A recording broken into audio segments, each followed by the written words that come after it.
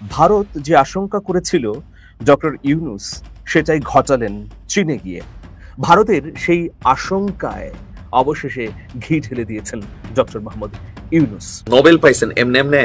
অনেক রাজনীতিবিদ ওনারে হালকা নেয়। ওই ঘটনাটা সামনে আসছেন, দেন বোঝা গেছে তিনি সঠিক এই কাজটা করবেনই।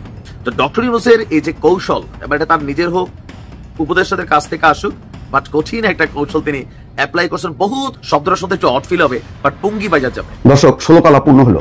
2.1 বিলিয়ন মার্কিন ডলার সহায়তার প্রতিশ্রুতি দিয়েছে এবং একই সঙ্গে ডক্টর মোহাম্মদ ইউনূস চীনকে বলেছে 1-2 বছর 5 বছর না, বাংলাদেশের নদী এবং নদীর ব্যবস্থাপনা নিয়ে 50 বছরের পরিকল্পনা পেশ করতে।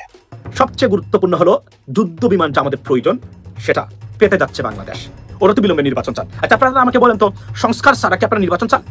মানে আপনারা কি নির্বাচন চান? ডক্টর ইউনূসের চীন সফর, হাসিনা মোদির গালে থাপ্পড়। বাংলাদেশের সবচেয়ে বড় সমস্যা রোহিঙ্গা প্রস্তাব জাতিসংঘে পাশ হয়েছে।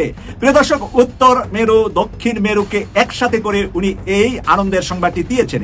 ডক্টর ইউনূস 2028 সাল পর্যন্ত ক্ষমতায় থাকার গ্রিন সিগন্যাল পাচ্ছেন। ডক্টর ইউনূসের পক্ষে নজিরবিহীন আন্তর্জাতিক বন্দোবস্ত সফল। আমরা যদি আর 10টা বছর আগে ওনারে পাইতাম, এই দেশ সত্যি সোনার বাংলা হয়ে যেত। এই রত্ন তো খেলবে বিশ্বের মাঠে, দুনিয়ার মাঠে খেলবে, লোকাল মাঠে কি খেলবে আপনাদের সঙ্গে? আপনাদের সঙ্গে কি মানায়? ওনাকে মানায় না। ওনার স্থান অনেক উপরে। ইউনূস স্যার সারা বিশ্বকে তার ছায়ায় নিয়ে আসবে, তার কারিশমা দিয়া তার কাছে নিয়ে আসবে। আইনা উনি বাংলাদেশটাকে এমন একটা জায়গায় নিয়ে যাবে। বাংলাদেশকে অনেক বড় সুখবর দিলেন ডোনাল্ড ট্রাম্প। এটা ডক্টর মোহাম্মদ ইউনূসের জন্য অনেক বড় সুখবর। আমার আওয়ামী লীগের জন্য কষ্ট হয়, যেখানে যাচ্ছে সেখান থেকে দৌড়ানি খাচ্ছে, কোথাও জায়গা নাই।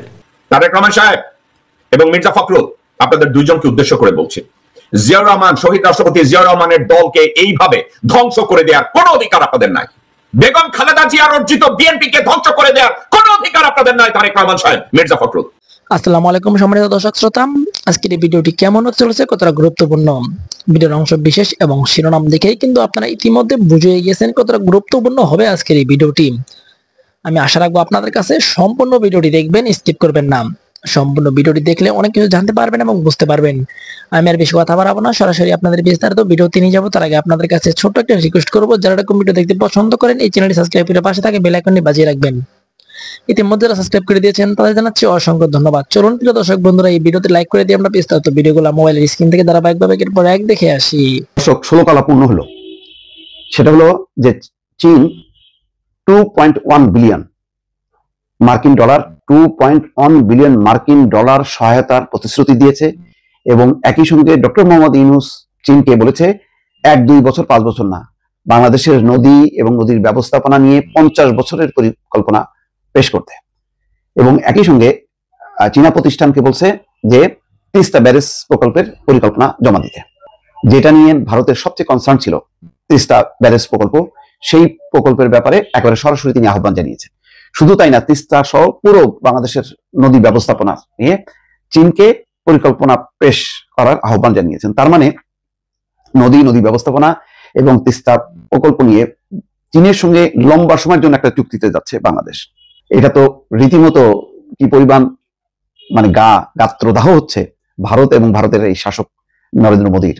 কল্পনা করে দেখেন, যেটার ব্যাপারে একদম শেখ হাসিনার কমিটমেন্ট ছিল যে তিস্তা প্রকল্প, যেহেতু তিস্তা পানি বন্টন চুক্তি হচ্ছে না, সুতরাং ভাটি এলাকায় চীন ব্যারেজ নির্মাণ করবেন যাতে সারা বছর সেই পানি দিয়ে সেচ করা যায় বা কৃষি জমিকে চাষ করা যায়। পানি ধরে রাখার জন্য একটা স্থায়ী একটা ব্যারেজ নির্মাণ করবে এবং এটা সম্ভবত 4-5 বিলিয়ন ডলার খরচ হবে এখানে। এটা বাংলাদেশের জন্য সুবিধা, যেহেতু তিস্তার থেকে পানি পাওয়া যাচ্ছে না এবং ভারত চুক্তি করবে না। তারা বারবার বলছে যে পশ্চিমবঙ্গের সরকারের বা মমতার আপত্তি, এই অজুহাত তুলে তারা লম্বা সময় ধরে 15 বছরে কোনো চুক্তি করতে পারলো না। সেখানে চীন আগায় আসলো। চীনকে শেখ হাসিনা পরে বললো যে ঠিক আছে তোমাদেরকে দিব এটা, কিন্তু পরে শেষ ওই যে দ্বাদশ জাতীয় সংসদ নির্বাচন, আমিরামি নির্বাচন, তার তো ক্ষমতায় থাকতেই হবে। সে ভারতের কাছে নাকে খত দিল, খত দিয়ে যেটা চীন কাজ শুরু করলো সেটা কেড়ে নিল। চীন মাইন্ড করলো, মাইন্ড করাতে কি হলো, তারপরেও কিন্তু চীন বললো যে ঠিক আছে তুমি আমার দেশ সফর করো আগে, কিন্তু সেখানে না যে সে আগে যথারীতি চলে গেল হচ্ছে ভারতে। যখন ভারতে গেল এবং ভারতে যে যখন বললো যে না তিস্তা দিব না, চীন তো বুঝে গেল যে চীন ভেতর থেকে তার সমর্থন প্রত্যাহার করলো। শুধুমাত্র কূটনৈতিক রীতি অনুযায়ী ইনভাইট করলো, তাও চীনের প্রেসিডেন্ট না, চীনের প্রধানমন্ত্রী ইনভাইট করলো, সেখানে সম্ভবত 30 সেকেন্ড বা 1 মিনিট ওই শি জিনপিং মানে চীনের প্রেসিডেন্ট দেখা করলো। হাসিনা বার্তা পেয়ে গেল, হাসিনা চলে আসলো। এবং তখন কত সহায়তার প্রতিশ্রুতি ছিল জানেন? 1.6 মিলিয়ন, নট বিলিয়ন, তার মানে 1600 কোটি টাকা।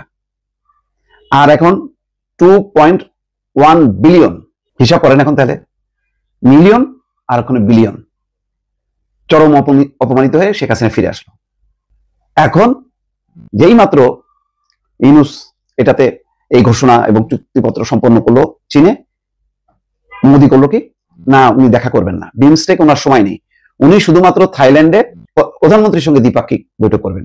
আরে ভাই, দ্বিপাক্ষিক বৈঠক করেন, অসুবিধা নেই, থাইল্যান্ডে হচ্ছে বিমস্টেকে, সেখানে তো করবেনই, অসুবিধা কি আছে? তো সাইড লাইনে বসতে 10 মিনিট সময় নেই, এত ব্যস্ত উনি। শেখ হাসিনা হলে সময় দিত না? দিত। তো উনি একটা ধাক্কা দিলেন আর কি, একটা শুষ্ক ধাক্কা দিল, একটা অর্থহীন একটা ধাক্কা দিল। ভারত কি জানে যে চীন যদি বাংলাদেশকে ওন করে এবং সেইভাবে যদি বাংলাদেশও তাদের বন্ধুত্ব সহযোগিতা নিতে প্রস্তুত হয়, তাহলে কোনো অস্তিত্ব থাকবে ভারতের? চীন তো ডাইরেক্ট মিয়ানমারের মধ্য দিয়ে একদম মহাসড়ক তৈরি করে ফেলবে, বাংলাদেশের সাথে কানেক্ট করে ফেলবে, সেই ক্ষমতা চীনের আছে।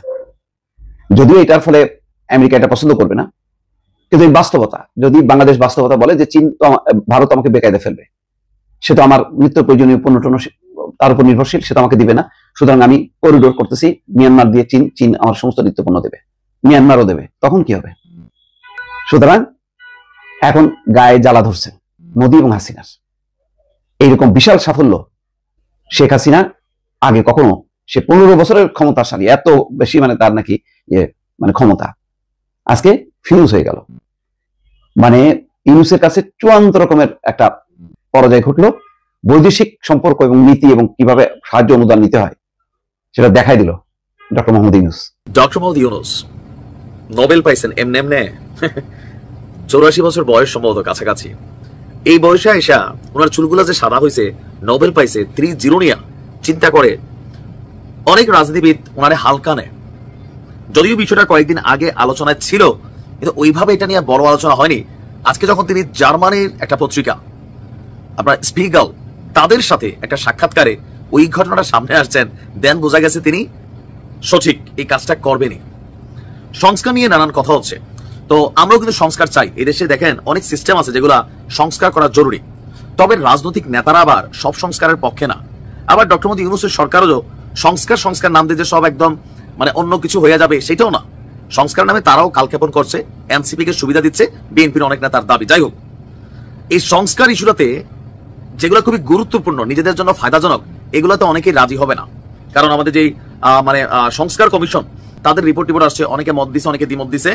তো ডক্টর মোহাম্মদ ইউনূস বলছেন যে আপনার জুলাই অভ্যুত্থান, সরকার প্রধানের দায়িত্ব গ্রহণ, শেখ হাসিনার দুঃশাসন, সংস্কার প্রস্তাবনা সহ বিভিন্ন বিষয়ে তার কাছে এই জার্মানির গণমাধ্যম স্পিগেল এর যিনি সাংবাদিক আছেন লরা হফলিঙ্গার, তাকে প্রশ্ন করেছেন। তো তিনি বলছেন বিভিন্ন বিষয়ে সংস্কার প্রস্তাব করা হয়েছে, যেগুলো রাজনৈতিক দলগুলোর কাছে পাঠানো হবে এবং তাদের সংস্কার বিষয়ে সম্মত অসম্মত মানে রাজি নারাজি অথবা পরিবর্তন সহ সম্মত, এই 3টি উত্তর দিতে বলা হবে। যে কথার কথা ভাত খাবা, হ্যাঁ না, বিরিয়ানি দিয়ে দিলে খাবো, এরকম টাইপের 3টা উত্তর থাকবে। এর মাধ্যমে দলগুলোর কাছ থেকে প্রতিশ্রুতি নেওয়া হবে এবং সেগুলো ওয়েবসাইটে প্রকাশ করে দেওয়া হবে।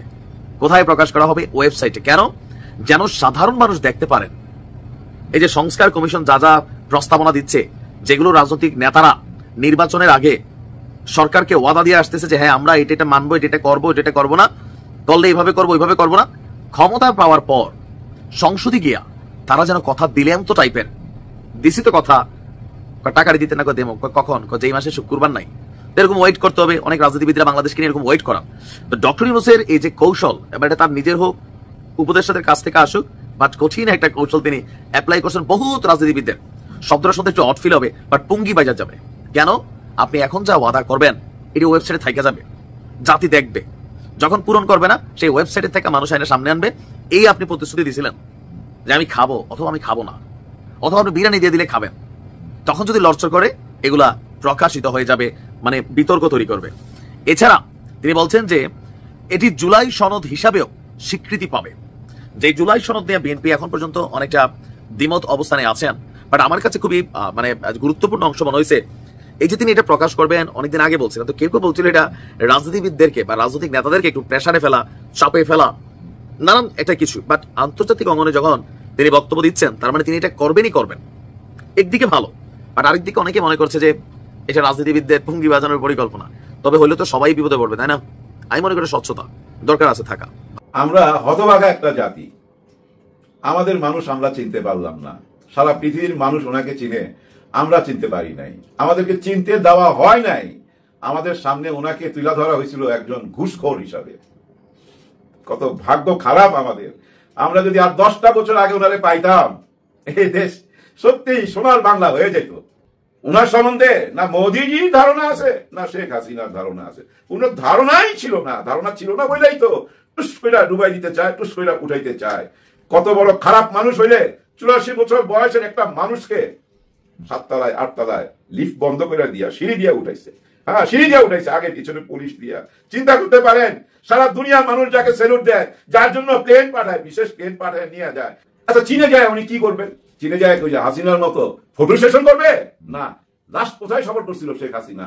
এই চীনে। হ্যাঁ, ফুল কোর্স কমপ্লিট করতে পারে নাই, কয়েকদিন আগেই ঢাকায় চলে আসছে। কারণ কোনো সাহায্য পায় নাই, কোনো সম্মান পায় নাই। কি সম্মান দিবে ভাই? তারা তো সব খবর রাখে, কে কই থেকে আসছে, গোড়া কোথায় কার, সব খবর রাখে। দেখেন না, ইউনূস স্যারকে এখন সব রকম সহযোগিতার হাত বাড়ায় দিছে। বাংলাদেশের সাথে চীন সব রকম ব্যবসা করতে রাজি। দেখেন, চীন 2028 সাল পর্যন্ত, মানে এখন 2025, 26, 27, 28, আগামী 4 বছর যেসব পণ্য পাঠাবে এগুলার কোনো শুল্ক নিবে না, মানে ট্যাক্স ফ্রি করে দিছে। এই যে দেখেন, ওনার একটা 30 ফর্মুলা, 30 মানে 3টা শূন্য একটা ফর্মুলা সারা বিশ্বে এখন ছড়ায় গেছে। এবার যে অলিম্পিক হয়েছিল, এই 30 ফর্মুলাকে সামনে রাখা হয়েছে। আবার অলিম্পিকের ঘোষণা দিছে 100 বছর পর ফ্রান্সে যে অলিম্পিক হবে সেখানে এই 30 বাস্তবায়ন হয়ে যাবে। বর্তমানেও বাস্তবায়ন হচ্ছে সারা পৃথিবীতে। এই 30 কি জানেন? 3টা শূন্য মানে আপনার চাকরি নাই, আপনি বেকার। এই কথাটা শুনতে রাজি না উনি। আমি খুব মোটা দাগে বলতেছি, যেহেতু আমার মোটা মাথা, মোটা বুদ্ধি দিয়ে আপনাকে বুঝাইতেছি যে পৃথিবীতে চাকরি নাই জওয়ানদের জন্য, ইয়াং ছেলেদের জন্য। এই কথা উনি শুনতে রাজি না। আরেকটা কি? খাদ্য নাই, দারিদ্রতা। না খেয়ে কেউ মরতে পারবে না। ওই শূন্যের মধ্যে, 3টা শূন্যের মধ্যে আরেকটা, না খেয়ে কেউ মরবে না এই পৃথিবীতে। এইটাই উনি চান। আরেকটা কি জানেন? ওই যে কল কারখানা, আমরা যে ইট ভাট্টা দিয়ে যে ধোয়া উড়াই, ধোয়া এইসব যায় না, পৃথিবীটাকে ধ্বংস করে দিতেছে। পাখিরা মইরা যাইতেছে, গাছপালা মইরা যাইতেছে, পুরো পৃথিবী ধ্বংসের দিকে চলে যাবে আগামী 500 বছর পর। ওই 500 বছর পর কি হইতে পারে সেটা উনি চিন্তা ভাবনা করে এই 30 ফর্মুলাটা দিছে, যেটা পৃথিবীতে বাস্তবায়ন হইতেছে। আর এই 30 ফর্মুলাটা করতে গিয়ে আরম্ভ হয়েছে জানেন? এই চীন মৈত্রীতেই উনি প্রথম এটা উদ্বোধন করেন। কিন্তু আমরা কি জানি? আমাদেরকে জানতে দেওয়া হয়েছে? আমাদের বইতে লেখা হয়েছে? এগুলা লেখা হয় নাই। ওনাকে নিয়ে সারা পৃথিবীতে তো এখন কারাগারি। কারাগারি। আমেরিকাও চায় ওনাকে, চীনও চায়, মালয়েশিয়াও চায়, রাশিয়াও চাইবে, প্রত্যেকটা মানুষই চাইবে ওনাকে। গতকালকে ছিলেন উনি হাইনান শহরে। হাইনান একটা প্রদেশ। ভারতে যেমন অনেকগুলা প্রদেশ নিয়ে একটা ভারত, তেমনি চীনেরও অনেকগুলা প্রদেশ নিয়ে চীন। বড় বড় দেশগুলো এরকম ভাগ ভাগ থাকে। ওই হাইনান গভর্নমেন্ট, ওই প্রদেশের যে গভর্নমেন্ট, ওই গভর্নমেন্টের প্রধান উপদেষ্টা ছিলেন, মানে অ্যাডভাইজার ছিলেন আমাদের ইউনূস স্যার। আমরা কি এই কথাটা জানতাম? জানতাম না। আমরা জানতাম না। আমরা আরো অনেক কিছু জানি না। ওনার যে গ্রামীণ মডেল, এই যে ক্ষুদ্র ঋণ, এটা কিন্তু পুরো চীনে আরো 10 থেকে 12 বছর আগে ওনারা ওই মডেলে কাজ করে যাচ্ছে, উন্নতি হয়েছে। ওনার যে সোশ্যাল বিজনেসের মডেল, ওইটাও কিন্তু ওইখানে গ্রহণযোগ্যতা পাইছে। চীন কত বড় দেশ, শুধু চীন না ভাই, পৃথিবীর বহু দেশে ওনাকে নিয়ে গবেষণা করা হয়। এই যুক্তরাজ্যে বুঝছেন, ক্লাস 8, 7 এর বইতে ওনাকে পড়ানো হয়। হ্যাঁ, ওনার জীবন সম্বন্ধে ওনারা পড়ে, ওনার বাড়ি চিটাগাং, কোথায় উনি জন্মাইছেন, এগুলো নিয়ে আলোচনা করে। কিন্তু আমরা আলোচনা করতাম না। আমাদেরকে জানতে দেওয়া হয় নাই। আমাদের পাঠ্য বইয়ে ওনার নাম তো দূরের কথা, মুখে ওনার নাম নিলে, ওনার নাম নিয়ে একটা স্ট্যাটাস দিলে, ভালো কিছু বললে খবর কইরা দিত। সত্যি আমরা হতভাগা জাতি। এখন আসি, কেন হঠাৎ করে আমেরিকা এতগুলো টাকা দিল? 73 মিলিয়ন, অনেক টাকা। যে টাইমে আমেরিকার সব দেশের টাকা দেওয়া বন্ধ করে দিল, হ্যাঁ, ওনারা যেসব সাহায্য করতো সব বন্ধ করে দিল, ওই টাইমে কেন বাংলাদেশে দিল? কেন রোহিঙ্গাদের জন্য 73 মিলিয়ন ডলার দিল? এর পিছনে কারণ জানেন? মিয়ানমারে যাওয়ার একটা রাস্তা লাগবে। হ্যাঁ, ওই মিয়ানমারে যদি যাইতে হয়, এক হয় ভারত হইয়া, আর না হয় বাংলাদেশ হইয়া, আর কোনো রাস্তা নাই। কিন্তু বাংলাদেশ সে রাস্তা দেবে। কেন দিবে না? দিলেই তো তাদের সঙ্গে একটা চুক্তি করতে পারবে মিয়ানমারের সাথে, ঠিক আছে আমি তোমাকে রাস্তা দিলাম, কিন্তু তোমার এই যে 15 লক্ষ 16 লক্ষ রোহিঙ্গা এটা তোমাকে নিতে হবে। তারা নিতে বাধ্য। আর এই রাস্তাটা মিয়ানমারের কি যে দরকার আপনি জানেন না। ভারত দিবে না, আমরা দেব। কেন দেব? এটা আমাদের পলিসি। ইউনূস স্যার যেভাবে ভাববে, এই দেশের ভালোর জন্যই তো ভাববে। উনি দেশে খারাপ ভাববে, এটা কি আপনাদের চিন্তায় আসে কখনো? আমার তো মনে হয় চিন্তায় আসে না। আর যাদের চিন্তায় আসে তাদের কথা থেকেই বোঝা যায়। ওই যে টক শো করে, টক শো সাংবাদিক, উনার মুখে আমি শুনছি এই যে ইউনূস স্যার কোন যোগ্য ব্যক্তি না। হ্যাঁ, উনার মুখে আমি শুনছি এই দেশে মৌলবাদী আবার উত্থান হইতেছে। মানে ইউনূস স্যার গদিতে বসা ওই টাইমে মৌলবাদীর কথা মুখে বলা হচ্ছে। বুঝা নিয়েন, গত 53 বছর যে কথাটা বলতো ওই কথাটা আবার বলা হচ্ছে। এইটা কিন্তু ডেঞ্জারাস একটা কথা। এই ধরনের কথা যারা বলবে আপনারা বুঝে নিবেন তারা এই দেশের মঙ্গল চায় না, একদম না। এটা কোন ধরনের কথা? কিসের মৌলবাদী? নামাজ কালাম করবে মুসলমানের দেশে, মুসলমানকে মৌলবাদী বলবেন? ইয়া কি মানেন না? এই ধরনের ন্যারেটিভ কথা আরো অনেকগুলো লোক আছে, আমি জানি না কি স্বার্থে তারা বলে। আরো একজন আছে, একজন আরো কয়েকজন আছে, কিন্তু এই লোকটা বেশি পাজি। ইউনূস স্যারকে যা ইচ্ছা তাই বলে অপমান করে। কেমন হলো আমাদের প্রধান উপদেষ্টা ডক্টর ইউনূসের চীন সফর? আমরা নিশ্চয়ই গতকাল খুব মন দিয়ে খেয়াল করেছি তিনি চীন সফরের সময় কি কি চুক্তি হলো বা কি কি সমঝোতা স্মারক হলো বা কোনো না কোনো ফর্মে আমরা আসলে কি কি পেয়েছি সেগুলো নিয়ে প্রচুর আলোচনা ডিবেট করছি, এবং আমি অতি উচ্ছ্বাস দেখছি এক ধরনের। প্রশ্ন হচ্ছে এতটা উচ্ছ্বসিত হবার মতো কিছু কি হয়েছে সফরে? আমি মনে করি না। আমি শুরুতেই বলে রাখছি, এবং এটা শুনেই অনেকে ক্ষুব্ধ হয়েছেন আমি জানি। ডক্টর ইউনূস যা করছেন সবই অসাধারণ করছেন। সরি, আমি মনে করি না, পৃথিবীর কেউই সব অসাধারণ করেন না, এবং আমি বিশ্বাস করি তিনি যতটা করতে পারতেন, তার সরকার যতটা করতে পারতো তার চেয়ে অনেক কমই পারফর্ম করছেন তারা। কিন্তু ডক্টর ইউনূসের যে ইন্টারন্যাশনাল অ্যাকসেপ্টেন্স, সেটার ভিত্তিতে হয়তো আমরা চীন সফরে অনেক কিছু এক্সপেক্টও করেছি, কিন্তু শেষ পর্যন্ত আমাদের প্রাপ্তি খুব বেশি কিছু হয়েছে বলে মনে হয় না আমার। তারপরে একটা প্রাপ্তি তো আছেই। আমি আমার উনি চীনে যাওয়ার দিনই কথা বলেছি, সেটা নিয়ে কথা বলবো। আমরা একটু বিস্তারিত আলোচনা করি, ভিডিওটা একটু দীর্ঘ হতে পারে, এবং আপনারা যারা দ্বিমত করবেন প্লিজ, গালিগালাজ তো করবেনই, করছেন, কিন্তু একটু আমার যুক্তিগুলোর বিরুদ্ধে লিখবেন প্লিজ, আপনার পয়েন্ট, সো দ্যাট আমি বুঝতে পারি যে আপনি কীভাবে ভাবছেন। আপনার সাথে আমার একমত হতে হবে তা না, আমার সাথে আপনার একমত হতে হবে তা না। আমরা যে বাংলাদেশটা তৈরি করতে চেয়েছি, আমরা একমত হওয়ার বাংলাদেশ তৈরি করতে চাই, আমরা দ্বিমত প্রকাশের বাংলাদেশ চেয়েছি, কিন্তু আমরা ডিবেট করব, আমরা যুক্তি তর্ক দিয়ে ডিবেট করব। আমি আপনাদের মন্তব্য পড়ি, খুব মনোযোগ দিয়ে পড়ি, এখনও পড়ি। বেশিরভাগই ইদানিং খুবই কঠোর, আমাকে স্টিগমাটাইজ করছেন, গালি দিচ্ছেন, নানান কিছু, এর দালাল তার দালাল বলছেন, কোনো সমস্যা নেই, কিন্তু প্লিজ যাদের অন্তত মনে হয় যে আমার এই যুক্তিটা ভুল, এই পয়েন্টটা ভুল, একটু লিখবেন প্লিজ, আমার ভালো লাগবে, আমি আপনাদের অপিনিয়ন জানতে চাই। কি কি হলো আমাদের প্রাথমিকভাবে? আমাদের সামনে যে খবরটা এসছে যে বাংলাদেশ ও চীনের মধ্যে একটা চুক্তি ও 8টা সমঝোতার স্মারক সই হয়েছে। আমি পড়ছি, চুক্তিটি অর্থনৈতিক এবং কারিগরি সহযোগিতা সংক্রান্ত। অপরদিকে দুই দেশের মধ্যে সই হওয়া সমঝোতা স্মারকগুলোর মধ্যে রয়েছে ক্লাসিক সাহিত্য অনুবাদ ও প্রকাশনা, সাংস্কৃতিক ঐতিহ্য সংরক্ষণে বিনিময় ও সহযোগিতা, সংবাদ ও গণমাধ্যম বিনিময়, ক্রীড়া ও স্বাস্থ্য খাতে সহযোগিতা সংক্রান্ত সম্মতি। সে খেয়াল করি, প্রথম কথা হচ্ছে সমঝোতা স্মারক ইটসেলফ খুব বড় কিছু না, এটা খুবই ছোট ব্যাপার, এটা এক ধরনের জেন্টলম্যান এগ্রিমেন্ট, এটা কোনো লিগাল ব্যাকগ্রাউন্ড নেই, তবে এমওইউ বা সমঝোতা স্মারকের উপরে ভিত্তি করেও অনেক কাজ করা যায়, যেতে পারে। চুক্তি হয়েছে একটা, খুব সিগনিফিক্যান্ট কিছু না। 5টি যৌথ ঘোষণা দিয়েছে, এর মধ্যে রয়েছে বিনিয়োগ বিষয়ক আনুষ্ঠানিক আলোচনার সূচনা, চীনা শিল্প অর্থনৈতিক অঞ্চল চালুর ঘোষণা, মোংলা বন্দর আধুনিকায়ন ও সম্প্রসারণের জন্য বাণিজ্যিক চুক্তি স্বাক্ষর, একটি রোবট ফিজিওথেরাপি ও পুনর্বাসন কেন্দ্র নির্মাণ ও একটি কার্ডিয়াক সার্জারি যানবাহন অনুদান প্রদান। এগুলো হচ্ছে যৌথ ঘোষণা। আমরা খেয়াল করব, বৈঠকটা হওয়ার পর প্রেস সচিব আমাদের প্রধান উপদেষ্টার জনাব শফিকুল আলম একটা স্ট্যাটাস দিয়েছেন, তিনি যা যা বলেছেন অত্যন্ত সফল দ্বিপক্ষীয় বৈঠক হয়েছে। সব সরকার তার কর্মকাণ্ডকে সফল বলে দাবি করবেন, এটাই স্বাভাবিক। তিনি যা যা লিখেছেন সেই ব্যাপারে কয়েকটা কথা বলি, এগুলো অনেকেই পাবলিশ করেছে তার ওখান থেকে নিয়ে। উনি বলেছেন যে বৈঠকে বিস্তৃত পরিসরে আলোচনা হয়েছে, ফলপ্রসূ গঠনমূলক আলোচনা হয়েছে। তারা অন্তর্বর্তী সরকারের প্রতি চীনের সমর্থন পুনর্ব্যক্ত করেছেন। শি জিনপিং বলেছেন বাংলাদেশের চীনা বিনিয়োগ উৎসাহিত করবে চীন, চীনা উৎপাদন প্রতিষ্ঠানগুলোকে বাংলাদেশের স্থানান্তরে উৎসাহিত করবে, বাংলাদেশের উত্থাপিত বিভিন্ন গুরুত্বপূর্ণ বিষয় ইতিবাচকভাবে বিবেচনা করবে। এর মধ্যে চীনা ঋণের সুদের হার হ্রাস ও পানি সম্পদ ব্যবস্থাপনা সহযোগিতার বিষয় রয়েছে। আমি এই জায়গাটায় আসবো। আর কি খবর আসলো? আর খবর আসলো $2.1 বিলিয়ন বিনিয়োগ, ঋণ ও অনুদানের প্রতিশ্রুতি দিয়েছে। এখানে নিউজ যেটা হলো সেটা হচ্ছে এরকম যে 30টা চীনা কোম্পানি বাংলাদেশে এক্সক্লুসিভ চাইনা ইন্ডাস্ট্রিয়াল ইকোনমিক জোনে $1 বিলিয়ন বিনিয়োগের প্রতিশ্রুতি দিয়েছে। এই বিনিয়োগের প্রতিশ্রুতিগুলো কেমন জিনিস আমরা নিশ্চয়ই জানি, সেটা হচ্ছে প্রচুর প্রতিশ্রুতি এরকম আসে, শেষ পর্যন্ত খুব ক্ষুদ্রাংশ এটার মধ্যে থাকে, আর চায়না সরকারের দিক থেকে বাকি টাকা এসছে। চীন মোংলা বন্দর আধুনিকায়ন প্রকল্পের জন্য প্রায় $400 মিলিয়ন ঋণ, চায়না ইন্ডাস্ট্রিয়াল ইকোনমিক জোনের উন্নয়নে $350 মিলিয়ন এবং প্রযুক্তিগত সহায়তার জন্য $150 মিলিয়ন দেওয়ার জন্য। মানে সব কিছু আমরা খেয়াল করি। মোংলা কেন, এটা খুবই সিগনিফিক্যান্ট, সেটাও আসবো। কিন্তু চায়না ইকোনমিক জোনের উন্নয়নে $350 মিলিয়ন, এটা তাদের সরাসরি স্বার্থের জায়গা। আর চায়নার ঋণ প্রসঙ্গে একটা কথা এখানে একটু বলে রাখি, সেটা হচ্ছে চীনের ঋণ আদতে খুবই কম ডিসবার্স হয়। শেখ হাসিনার সময় আমরা এই আলাপ করতাম, কারণ শেখ হাসিনা প্রচুর চায়না অনেক টাকা ঋণ দিয়েছে 16 সালে আসার পর থেকে শেখ হাসিনা পতনের আগ পর্যন্ত 25 কখনো 27 একটার পর একটা প্রকল্প $30 বিলিয়ন ক্রস করে যাচ্ছে। অথচ গত 9 বছরে শি জিনপিং আসার পর থেকে তার ওই সময়কার 16 সালে তার যে প্রতিশ্রুত অর্থ $20 বিলিয়ন একটু বেশি, তার 1/4 মাত্র ডিসবার্সড হয়েছে 9 বছরে। এটাও সবাই একটু যোগ করে রাখা ভালো, ভারতের চাইতে এটা ফার বেটার, কিন্তু 9 বছরে 25% ডিসবার্সড হয়েছে। সুতরাং চায়নার ঋণ কি বস্তু আসলে সেটা আমরা নিশ্চয়ই বুঝতে পারি। আর এছাড়াও অপ্রয়োজনীয় প্রকল্প সহ নানান ইস্যু তো আছে, ওই আলোচনা এখন ঢুকছি না।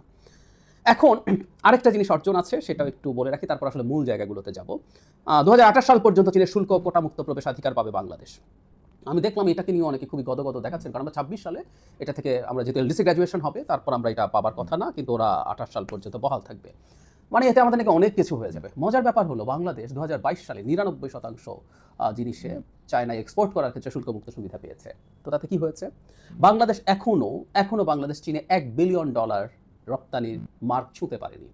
50, 60, 70 গত অর্থ বছরে সম্ভবত $70 কোটি মতো, মানে $1 বিলিয়ন এখনো সে পৌঁছতে পারেনি। সো আমরা ফ্রি ট্যারিফ সুবিধা পেয়েও কিছুই করতে পারি না। এটা 28 না 32 পর্যন্ত থাকবে না 35 পর্যন্ত থাকবে, এটা ম্যাটার করে না। সো এটা এক্সটেন্ড করবে বলায় আমাদের আদতে খুব বেশি কিছু লাভ হয় না। আমরা তারপরে এক্সপেক্ট করি কোনো একদিন আমরা আমাদের ওখানে রপ্তানির জন্য প্রোডাক্ট যা করতে হয় সেভাবে করতে পারবো, সেটা করলে কাজে লাগবে। কিন্তু এটা অলরেডি আছে এবং এটাকে কাজে লাগিয়ে যে আমরা কিছু করতে পারছি তা না। এটা ইউরোপ আমেরিকার ট্যারিফ ফ্রি সুবিধার মতো না। কারণ হলো ইউরোপ আমেরিকাতে আমরা এই সুবিধাটা নিয়ে বিলিয়নস অফ ডলার্স, আমাদের রপ্তানির প্রধান পণ্য পোশাক, আমরা এই সুবিধা নিয়ে আমাদের প্রধান রপ্তানি পণ্যটাকে ওখানে পাঠাতে পারছি। স্যার ওখানে রপ্তানির ক্ষেত্রে এটা ম্যাটার করে, কিন্তু চীনের ক্ষেত্রে এটা আদতে কিছু ম্যাটার করে না। সেটা এই অর্থে এটাও তেমন কিছু অর্জন না। আমরা অর্জন আসলে কিসেকে দেখতে পারতাম, সেটা হলো দুটো জিনিসকে আমরা অর্জন হিসাবে দেখতে পারতাম বলে আমি মনে করি, খুব বড় হতে পারতো। একটা হচ্ছে ঋণের ব্যাপার, যেন শফিকুল আলম লিখেছেন, এটা আমরা মনে করবো, আমাদের হয়তো অনেকের মনে আছে, আমাদের আমাদের পররাষ্ট্র উপদেষ্টা যখন চীনে গিয়েছিলেন তিনি সেখানেও এই আলাপটা তুলেছেন যে চীনের ঋণের তো দুটো সমালোচনা আছে। তার গ্রেস পিরিয়ড, মানে আপনি একটা প্রকল্পে ঋণ নিলেন, সেটার প্রকল্পের যে আয়ুষ্কাল সেটা গ্রসলি ধরে 4-5 বছর ধরে ঋণের রিপেমেন্ট শুরু হয় তারপর থেকে, এবং তার রিপেমেন্টের টাইমটা কম থাকে। চীনের ক্ষেত্রে এটা কম বেশি, আমাদের যেসব ঋণ দিয়েছে 20 বছরের মতো, গ্রেস পিরিয়ডও 4-5 বছর। তো অনেক ক্ষেত্রে যেটা হয়, চীনের ফান্ড ছাড় হতে দেখা গেছে 2.5 বছর 3 বছর লেগে যায়। ফলে যেটা হয়, গ্রেস পিরিয়ডে প্রবলেম আছে এবং তার ঋণ পরিশোধের যে টেনিওর সেটাও শর্ট। সো বাংলাদেশ চেয়েছে এটা 30 বছর হোক, এবং তার যে ঋণের সুদ এটা 2%, 3% বা সার্ভিস চার্জ এটা আরও বেশি হয়ে যায়, এটা 1%-এ নামিয়ে আনার জন্য পররাষ্ট্র উপদেষ্টার বৈঠকের সময় চীন কিন্তু নীতিগতভাবে এটা বলেছিল যে তারা পরিশোধের সময়টা বাড়াবে, এবং তারা অন্যটা মানে বিশেষ করে সুদের হার কমানোর নিয়ে কোনো আলাপ করেনি। আমরা এবারও দেখলাম যে এখনও পরিশোধের যে টেনিওর সেটাও বৃদ্ধির ঘোষণা চীন দেয়নি, ইন্টারেস্ট তো দূরেই থাকুক। ফলে এটা আমাদের মনে রাখতে হবে, আমাদের প্রধান উপদেষ্টার প্রতি যদি খুব দৃঢ় একটা সমর্থন দেখাতে, তো অন্তত এই কাজটা করতে পারতো। চীনের বেসুমার টাকা আছে এবং এটার সাথে কোনোভাবেই জিওপলিটিক্স বা অন্য কিছু জড়িত না, ফলে চীনের জন্য স্টেপটা নেওয়া সবচেয়ে ইজি ছিল, কিন্তু চীন এটা নেয়নি। চীন মাহাতির মোহাম্মদ আসার পর মালয়েশিয়ার ক্ষেত্রে কিন্তু এটা নিয়েছিলেন। সো আমরা এইটুকু অন্তত পেতে পারতাম, কিন্তু আমি দেখলাম যে আমাদের প্রধান উপদেষ্টার সম্মানে এটুকু কাজও তারা করেনি। এটা আমাদের একটু খোলাখুলি বলতে হবে। আরেকটা জায়গায় তাদের খুব বড় অন্তত বক্তব্যের মধ্যে দিয়ে সিরিয়াসলি তাদের অবস্থান দেখাতে পারতো, সেটা হচ্ছে রোহিঙ্গা সংকট নিয়ে। এই সংকট চীন তৈরি করেছে তার পরিকল্পনায়। আমি এটা নিয়ে দীর্ঘদিন লেখালেখি করেছি। রোহিঙ্গা সংকট হয়েছে আসলে চীনের প্রেসক্রিপশনে, এবং বাংলাদেশের রোহিঙ্গা ঢুকিয়ে দিতে হবে এটা চায়নার প্রেসক্রিপশনে ছিল, এবং শেখ হাসিনা এই রোহিঙ্গাদেরকে গ্রহণ করবেন এই শর্তেই তাদেরকে জায়গা দিয়েছেন চীনের সাথে ডিল, 18 সালের নির্বাচনে যাতে চায়না হাসিনাকে সাহায্য করে এবং তাকে ক্ষমতায় রাখে। ওই ঘটনা কিন্তু 17 সালে হয়েছিল। আমার এটা নিজস্ব হাইপোথেসিস আছে, আমি অনেক আগে বলেছি, দরকার হয় আবার বলবো।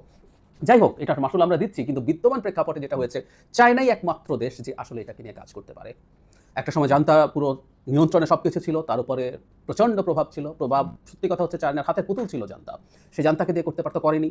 এখন জান্তার বাইরে আমাদের নতুন সংকট যুক্ত হয়েছে, সেটা হচ্ছে আমাদের আরাকান যে অঞ্চলটা আছে, সেটা তাদের যে রাখাইন প্রভিন্স, এটা আগে আরাকান নাম ছিল, তো সেই প্রভিন্স আরাকান আর্মির দখলে আছে। এবং ইন্টারেস্টিংলি এটা নিয়েও আমি আমার এখানে কথা বলেছি অনেক আগে, আপনাদের মনে থাকতে পারে, আপনারা জানেন অনেকে নিশ্চয়ই। সেটা হচ্ছে এই আরাকান আর্মিকেও এখন চায়না পেট্রোনাইজ করে তার সাথে যুক্ত করে ফেলেছে। সো দুই পক্ষের ওপরেই চায়নার মারাত্মক প্রভাব আছে, খুব ইম্পর্টেন্ট প্রভাব আছে। যদি তাই হয়ে থাকে তাহলে চায়না তো পারতো এই ক্ষেত্রে বাংলাদেশকে একটা খুব ভালো পজিটিভ জেস্চার দেখাতে, দেখায়নি, সত্যিকার অর্থেই দেখায়নি। এর মধ্যে বাংলাদেশ বরং আমি এভাবে বলবো তার একটা স্ট্র্যাটেজিক সিদ্ধান্ত নিয়ে ফেলেছে, মানে চায়নাকে এটা দিয়ে দেওয়া হয়েছে। এটা হলো মোংলা পোর্ট। আর আমি তিস্তা প্রকল্প নিয়েও কথা বলবো। মোংলা পোর্টটা কেউ খুব বড় ক্রেডিট হিসাবে দেখাচ্ছেন যে চায়না এখানে এসছে, এটা খুব ভুল কথা। চায়না এই পোর্টে ইনভলভ হতে খুব সিরিয়াসলি চেষ্টা করেছে বহুদিন ধরে। আমাদের নিশ্চয়ই মনে আছে শেখ হাসিনা মোংলা চায়নাকে দিবেন এই সিদ্ধান্ত নিয়েছেন। চায়না আসলে যতগুলো পোর্টে তার প্রভাব রাখা যায় সে চেষ্টা করছেন, ফলে নিজে পোর্ট তৈরি করতে চেয়েছেন অথবা পোর্ট অপারেট করার চেষ্টা করছেন। চায়নার বেল্ট অ্যান্ড রোড ইনিশিয়েটিভটা যেমন স্থলভাগের ওপর দিয়ে যাচ্ছে, তার সমুদ্রের মধ্যে স্ট্রিং অফ পার্লস বলে একটা ব্যাপার আছে, মানে মুক্তার মালার মতো অনেকগুলো পোর্টকে সে একসাথে গেঁথে ফেলতে চায়। সে আমাদের এখানে প্রথম ডিপ সি পোর্টটাও করতে চেয়েছিল, যেটা আমাদের সবচেয়ে আইডিয়াল জায়গা হতো সোনাদিয়া। শেখ হাসিনা সেটা সিদ্ধান্ত নিয়েছিলেন, চায়না গিয়ে সেই চুক্তি স্বাক্ষর হবে এমন কথাও ছিল, কিন্তু ইন্ডিয়া বেঁকে বসার কারণে শেষ পর্যন্ত বাদ দিয়ে দেওয়া হয় এবং পরে মাতার বাড়িতে পোর্ট হচ্ছে এবং সেখানে ইন্ডিয়া টাকা পয়সা নেই থাকলেও তার মানসিকতা অতি ছোট লোকের, সে টাকা দেবে না, সে তখন ফাইন্যান্স করার জন্য জাপানকে নিয়ে আসে এবং এখানে এক ধরনের একটা ইকোনমিক জোন তৈরি করে সে তার অবস্থান তৈরি করতে চেয়েছে। ফলে চায়না এখন মোংলাতে খুব ইন্টারেস্টেড ছিল, কিন্তু শেখ হাসিনা 7 জানুয়ারির আমিরামি নির্বাচনের পর ভারতে যখন গেলেন তখন তিনি মোংলা পোর্টও ভারতের অপারেশনে দিয়ে দেবেন বলে সিদ্ধান্ত নিয়েছিলেন। তিস্তাও ভারত করবে, এগুলোই আমরা ধারণা করি, তখন এসব নিয়ে আলাপ করেছি। চায়নাকে বিগড়ে দিয়েছিল, কারণ চায়নাকে কোনো রকম কোনো স্ট্র্যাটেজিক জায়গায় কোনো রকম কোনো সাহায্য সরকার করবে না, চায়না সব করে যাবে, এটা তো হয় না। সো মোংলা পোর্টের এখানে চায়না ইনভেস্ট করবে এটা কোনো খবরই না, এবং এটা আমাদের প্রফেসর ইউনূস যাওয়ার আগেই বাংলাদেশে আমাদের চায়নার সাথে এই চুক্তি হয়েছে। আমাদের যিনি নৌ পরিবহন মন্ত্রণালয়ের দায়িত্বে আছেন ব্রিগেডিয়ার জেনারেল শাকাল সাহেব, তিনি এটা জানিয়েছেন আমাদেরকে, এবং সেটা এখানে হয়েছে, ওখানে এখন কিছু যোগ করবে এবং এটাকে ক্রেডিট হিসাবে দেখানোর চেষ্টা করছে। এটা কোনো ক্রেডিট না, আই রিপিট, এটা জন্য চায়না বসেছিল টু ইনভেস্ট। একইভাবে চায়না তিস্তা চুক্তির জন্য বসে থাকার কথা। এখন একটা প্রশ্ন আছে, সেটা হলো আমি জানি না যে তিস্তা নিয়ে চুক্তি হয়নি কেন। আমার বিবেচনা বলে দুটো কারণ থাকতে পারে। একটা হলো চায়না, মানে সরকার চাইলেও চায়না নাও চাইতে পারে, কারণ হচ্ছে এই যে একটা চুক্তি হলে সরকারের আয়ু কম বেশি এখন 9 মাস, ডিসেম্বরে হলে আর যদি বাড়িয়েও ধরি 2-3 মাস, 1 বছর সর্বোচ্চ, এরকম একটা সরকারের সাথে তারা চুক্তি করে পরবর্তী সরকার যদি এটা কন্টিনিউ না করেন, প্রশ্ন আসতে পারে। যদিও আমি আপনাদের আগে একদিন দেখিয়েছিলাম বিএনপির স্থায়ী কমিটির সদস্য জনাব মঈন খান যখন চায়না গেছেন, তিনি সেখানে বলে এসেছেন তারা যদি ক্ষমতায় আসেন তাহলে তারা তিস্তা প্রজেক্ট চায়নার সাথে করবেন। যদি সেটাই হয়ে থাকে, চায়না তো অ্যাসিওর থাকার কথা ছিল যে বিএনপি এটা কন্টিনিউ করবে, তাহলে সরকারের সাথে করবে না কেন? তাহলে আমরা এভাবেও ভাবতে পারি সরকার আসলে তিস্তা প্রজেক্ট নিয়ে সিদ্ধান্ত নিতে চায় নাই, কারণ সরকার সম্ভবত ভয় পাচ্ছে। ভারত এই ব্যাপারে খুবই সিরিয়াস, এবং আমরা খেয়াল করব আমাদের প্রধান উপদেষ্টা মরিয়া হয়ে ভারতের সাথে যারা মোদির সাথে বৈঠক করতে চাইছেন, মরিয়া হয়ে বলছি, দ্বিতীয়বারও যখন রিফিউজড হয়েছেন, প্রথমবার ইউএনজিএতে সাইডলাইন বৈঠক চেয়েছেন, সাইডলাইন বৈঠক খুবই ছোট ব্যাপার, 10-15-20 মিনিট বসেন, এটাও সে দেয় নাই। এরপর দ্বিপক্ষীয় বৈঠকের জন্য আমাদের প্রধান উপদেষ্টা ভারতে যেতে চেয়েছেন, সেটাও তারা রিফিউজ করেছে, এটা আমাদেরকে প্রেস সচিব জানিয়েছেন। এরপরও আবার বিমস্টেকে চাওয়া হয়েছে, যেটা হয়তো না হলেই ভালো হতো, কিন্তু চাওয়া হয়েছে এগেইন, আমি এটা নিয়ে কথা বলেছি, এটাও রিফিউজড হয়েছে। ভারতীয় পত্রপত্রিকায় বেশ কয়েকদিন আগেই চলে এসছে, এখন তাদের পররাষ্ট্র মন্ত্রণালয়ের ব্রিফিংও কনফার্ম করা হয়েছে। সো ভারতের ব্যাপারে সরকার একটু হলেও ডিফেন্সিভ পর্যায়ে গেছে বলে আমি ধারণা করি, এবং সেটার কারণ সম্ভবত ডোনাল্ড ট্রাম্প এবং তার প্রশাসনে প্রচুর ভারতীয় বংশোদ্ভূত লোকজন আছে, এবং ট্রাম্প হয়তো বা তার অনেকে বলছেন যে ভারতের সাথে ট্রাম্প তার ট্যারিফ নিয়ে একই আচরণ করছেন, তাকে পাত্তা টাত্তা দেবে না। আমার কাছে তা মনে হয় না, ওটা ট্যারিফের কাছে ট্যারিফে করবে, কিন্তু এই অঞ্চলে ভারতকে আবার এক ধরনের তালুকদারি বা আধা তালুকদারি বা মোড়লগিরি করার গ্রিন সিগন্যাল দিলেও দিতে পারে। We don't know. Even Mongla বন্দরও যে বাংলাদেশ দিচ্ছে, চায়না এখানে অপারেট করছে, এটাও ভারতের জন্য খুব সুখকর সিদ্ধান্ত না। এই অবস্থানে ভারত খুব সহজে পছন্দ করবে না, কিন্তু বাংলাদেশ এই স্ট্র্যাটেজিক সিদ্ধান্ত নিয়েছে, কিন্তু পাল্টা এগুলো দেওয়ার বিনিময়ে আমি রাদার বলবো চীনের কাছ থেকে তেমন কিছু পাওয়া যায়নি। তাইওয়ান ইস্যু নিয়ে এক চীন নীতির কথা রিটারেট করে এসছেন, এটা আমরা তো এটা মনে করি, যদিও আমার সামনে যদি পরে আসে ঠিক এক্স্যাক্টলি কোন ভাষায় করেছে। চায়না 2001-06 বিএনপি সরকারের সময় বাংলাদেশ যে ধরনের একটা ভাষা ব্যবহার করেছিল, যদিও সেখানে খুব একটা ডিজাস্টার হয়েছিল, আমাদের হয়তো মনে আছে যে তাইওয়ানের বিজনেস কনসুলেট বাংলাদেশে স্থাপন করা নিয়ে চীনের সাথে প্রচণ্ড সংকট হয়েছিল, কিন্তু সে সময় খুব টাফ ল্যাঙ্গুয়েজ ব্যবহার করা হয়েছিল, মানে চায়নার পক্ষে খুবই শক্ত। চায়না এবার, আমি একটা পত্রিকা দেখলাম যে চায়না এবারও সেটা চেয়েছে, আমি জানি না ঠিক সেই ভাষায় করা হয়েছে কিনা, বাংলাদেশ যদিও সেই ভাষায় হয়তো করতে চায় নাই।